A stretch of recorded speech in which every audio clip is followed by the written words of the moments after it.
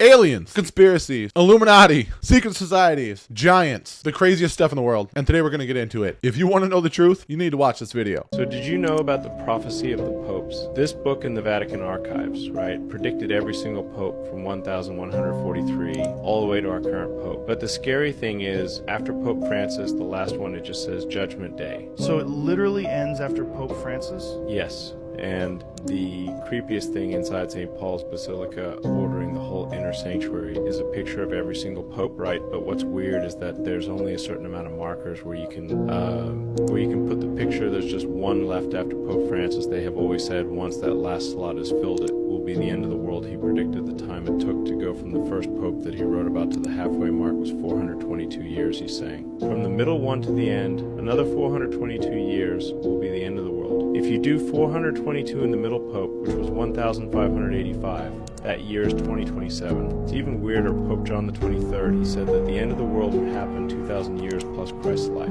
So that adds up to 2027 as well. Well, despite that being an AI video with fake voices, maybe what they're saying is true. Who knows? 2027, we got 3 years, guys. Let's make the most of it. Woo! Did you know that Lucifer is not the only prince of hell?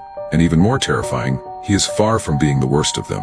Hidden within the ancient pages of a medieval grimoire called the Key of Solomon, there are chilling descriptions of the 7 princes of hell. These beings are not mere demons. They are rulers of vast infernal legions, each wielding devastating power.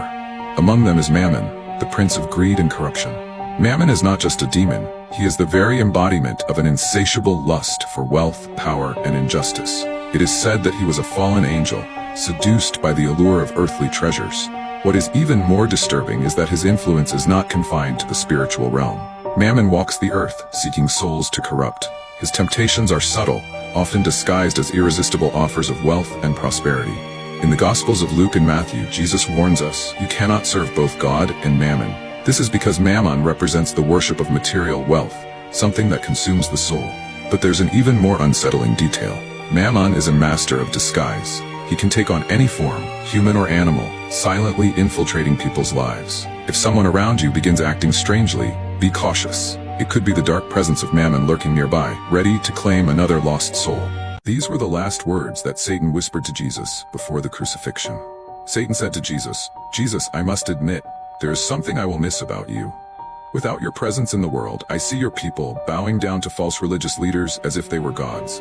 They will blindly follow thieves, murderers, and charlatans who will take over your temples on earth. They will worship celebrities who produce nothing of true value. They will seek remedies that do not heal, and elect rulers who only care about filling their own pockets while neglecting those in need. These humans will become so miserable that they won't even know the names of those who prepare their food, who care for them when they are ill, or who keep faith in you alive. I have a proposal for you, Jesus. Give me the souls of those who worship these false idols after their deaths, and in return, all those who do not will have free passage to heaven with you." There was a brief pause, and then Jesus looked into Satan's eyes with deep sadness. With a gaze full of compassion, Jesus replied, "Comment and follow to watch part 2.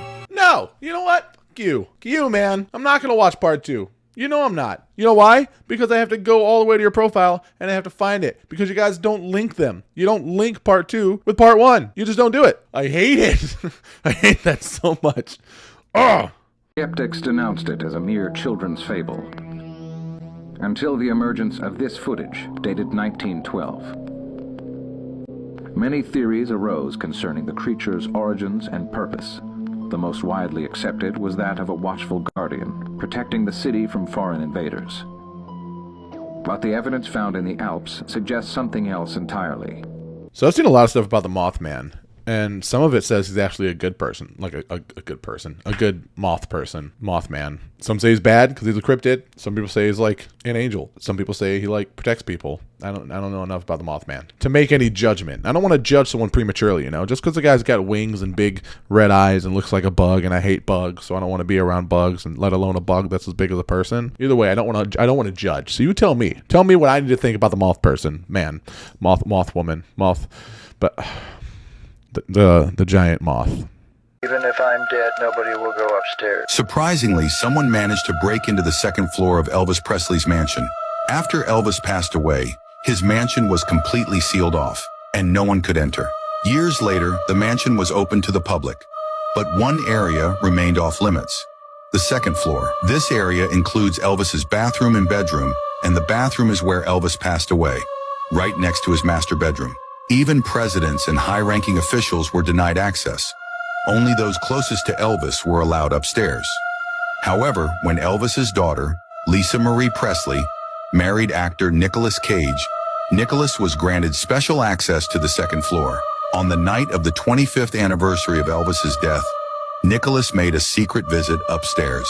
It is said that Nicholas took a brief look at the bathroom and sat in Elvis's chair, seemingly discovering something. Afterward, Nicholas came downstairs and vomited profusely, adding to the mystery of the whole situation. Maybe he found like a 60-year-old pill that Elvis left on the counter. That's so screwed up. That's such a messed up thing to say. Maybe he found some old popcorn and couldn't help himself from eating it and got sick. The American people are ready to receive the truth.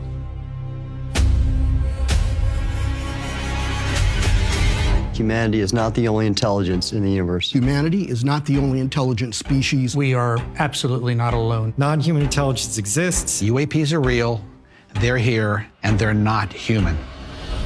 I spent 25 years as a senior official with the CIA. I worked on highly classified UAP programs. 28 years as an astrophysicist. I served as the 4th Director of National Intelligence. Director of Aviation Security in the National Security Council. A one-star admiral after 32 years of service. People that come forward with this, I feel like they've taken their life in their own hands. I was recruited to a highly sensitive government program that investigated unidentified aerial phenomenon. For over 16 years, on behalf of the U.S. government, I worked as a senior intelligence official on the unidentified aerial phenomenon topic. We learned that the U.S. government was involved in a long-running secret war with other nations to collect and reverse engineer vehicles not made by humans.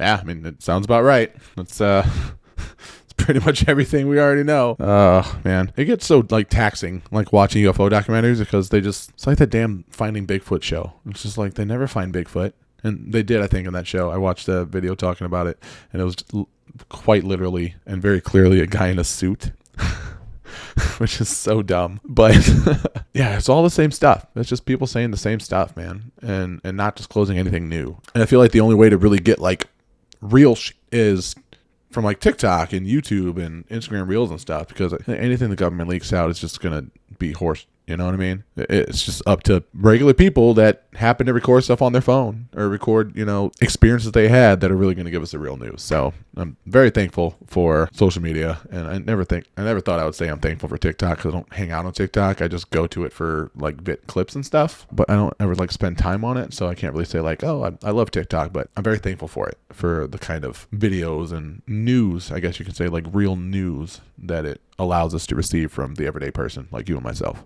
Why do you think so many people are starting to remember their time in the gifted and talented education programs? If you don't already know, there was something called the GATE program that many people were in as children. And there are a lot of us who are starting to wake up to the fact that this program was much weirder than we thought. You might not even remember it right now until you are shown images like these.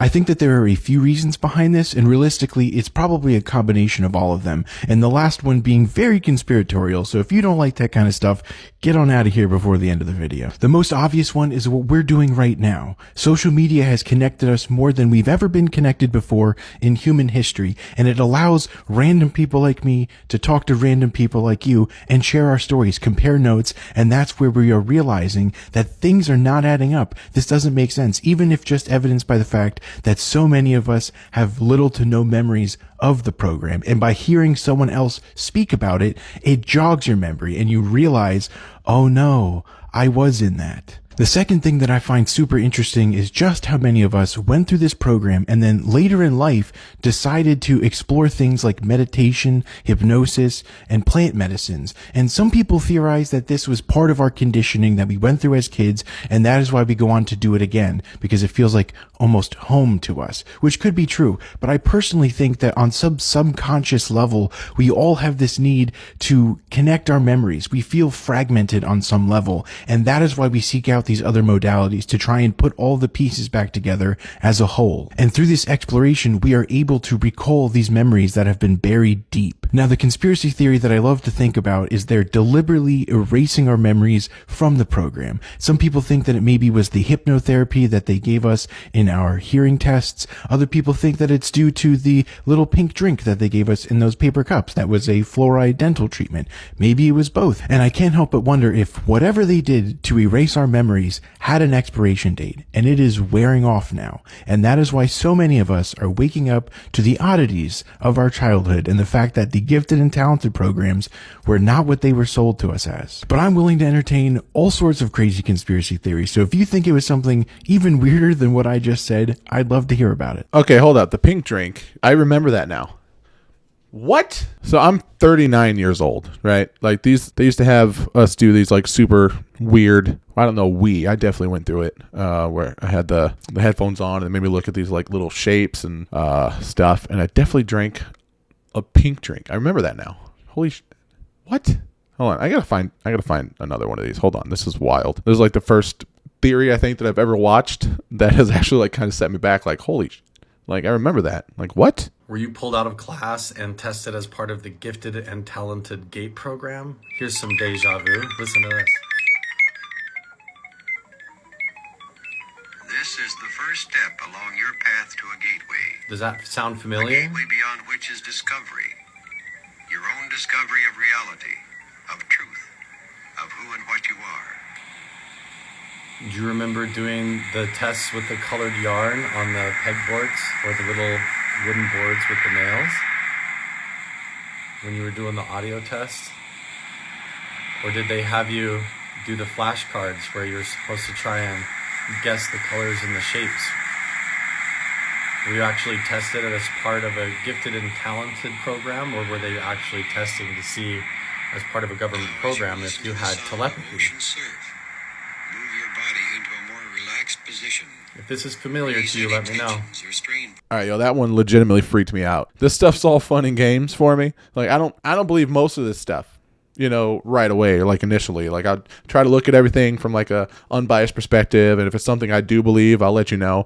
If it's something I truly don't believe, like flat Earth, I'm still learning. I'm still open to it. I'm just not there. And there's a lot of stuff, if I don't believe it, I'll look at it and try to think like, okay, like what would have to happen in this theory with all this information I have for me to believe it, right? Like I try to be very open about everything and see it from other people's perspective. But this is the first one that has actually given me chills and freaked me out. Because I remember all of that. I remember the damn yarn. I remember the pink drink they gave me afterward. Why would they give us like a dental flush after a hearing test? That doesn't make any sense to me now. I mean, it makes sense now, but looking back, like why would those two things be incorporated with one another?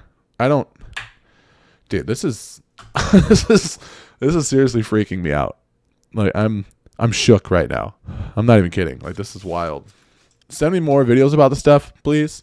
I really need to learn more about this. I don't know if I'm ready to learn more about this, seeing as it's something that I definitely experienced and didn't remember or even think about until right now. But I definitely need to learn more about it. So you can send it to me on social media, wherever. I'm Lucid Rob everywhere, from X to Instagram to anything, or you just join the Discord. The link's below. There's also a link for the merch down there too if you want to check out the merch. But yeah, send me some stuff if you can, because I need to get to the bottom of this now.